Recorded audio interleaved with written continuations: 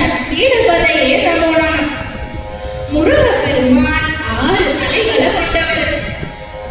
6 தலையில் உள்ள 6 கிரீடங்களை கொண்ட தலைவனே உன்னை வணங்குகிறேன் அப்படின்னு பொருள். ஓம் சத்வான பதையே நமோ நம. கோணம்னா என்ன? நட்சத்திரம். அதாவது 2 முக்கோணங்களை இணைத்து 6 கோணங்களுடைய தலைவனே இறைவனே உன்னை வணங்குகிறேன் அப்படின்னு பொருள். ஓம் கோஷபதையே நமோ நம.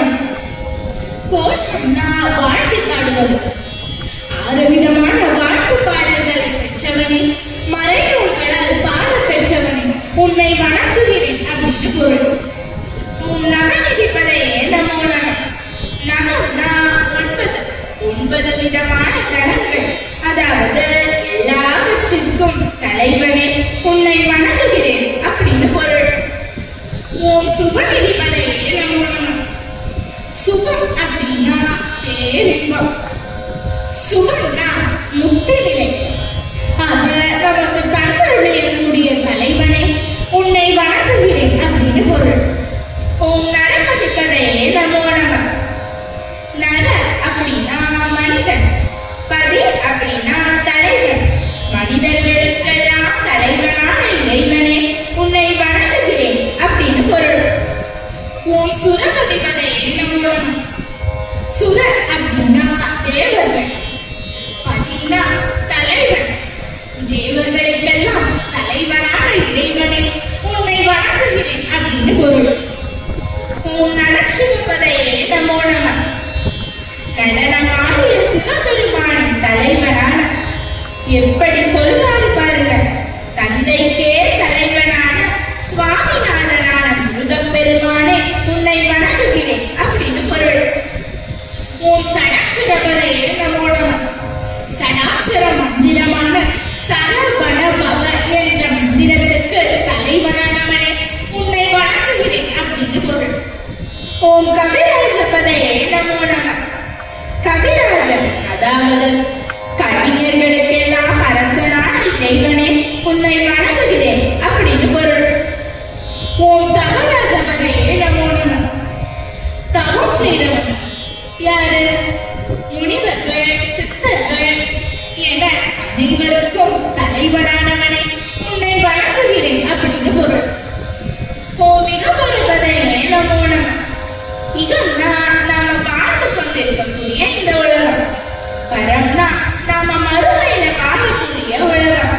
இந்த 2 உலகத்திலையும் நமக்கு இன்பத்தை தரக்கூடிய இறைவனே உன்னை வணங்குகிறேன் அப்படின்னு பொருள். ஓம் புகழ் முனிபதையே நமோ நம. புகழ் முனிபதை அதாவது புகழ்னா திருப்புகழை குறிக்குது. திருப்புகழ பாடிய முனிவரான அருணகிரிநாதருக்கு தலைவனான இறைவனே உன்னை வணங்குகிறேன் அப்படின்னு பொருள். ஓம் ஜெய ஜெயபதையே நமோ நம. ஜெய ஜெயபதையே. ஜெயம்னா என்ன? வெற்றி. வெற்றி மேல் வெற்றிய நமக்கு வாழ்க்கையில தரக்கூடிய இறைவனே உன்னை வணங்குகிறேன் அப்படின்னு பொருள். ஓம் நயனயபதையே நமோ நம. நயனயபதையே நன்மைகளையும் இன்பங்களையும் பக்தர்களுக்கு வாரி வாரி அள்ளி கொடுக்கக்கூடிய இறைவனே தலைவனே உன்னை வணங்குகிறேன் அப்படின்னு பொருள். ஓம் மற்றுள்ள பதையே நமோ நம. மற்றுள்ள பதையே அதாவது மங்களங்கள் மற்றும் அழகிற்கெல்லாம் தலைவனே உன்னை வணங்குகிறேன் அப்படின்னு பொருள். ஓம் குஞ்சரி பதையே நமோ நம. குஞ்சரி பதையே. குஞ்சரினா யாரு? தேவயானையை குறிக்குது.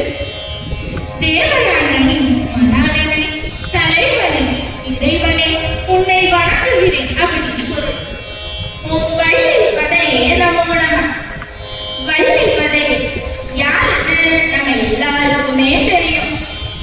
வள்ளி அம்மையோட துணைவனே அவர்களின் தலைவனை உன்னை வணங்குகிறேன் அப்படின்னு பொருள். ஓம் மல்லபதையே நமோ நம. மல்லபதையே மல் அப்படின்னா மல்யுத்தம். மற்போரில் தலைவனாய் விளங்கக்கூடிய இறைவனை உன்னை வணங்குகிறேன் அப்படின்னு பொருள்.